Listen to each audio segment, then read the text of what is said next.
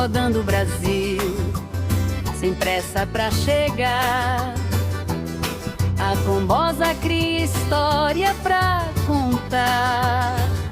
Um lar sobre rodas, seguindo seu caminho, levando sonhos e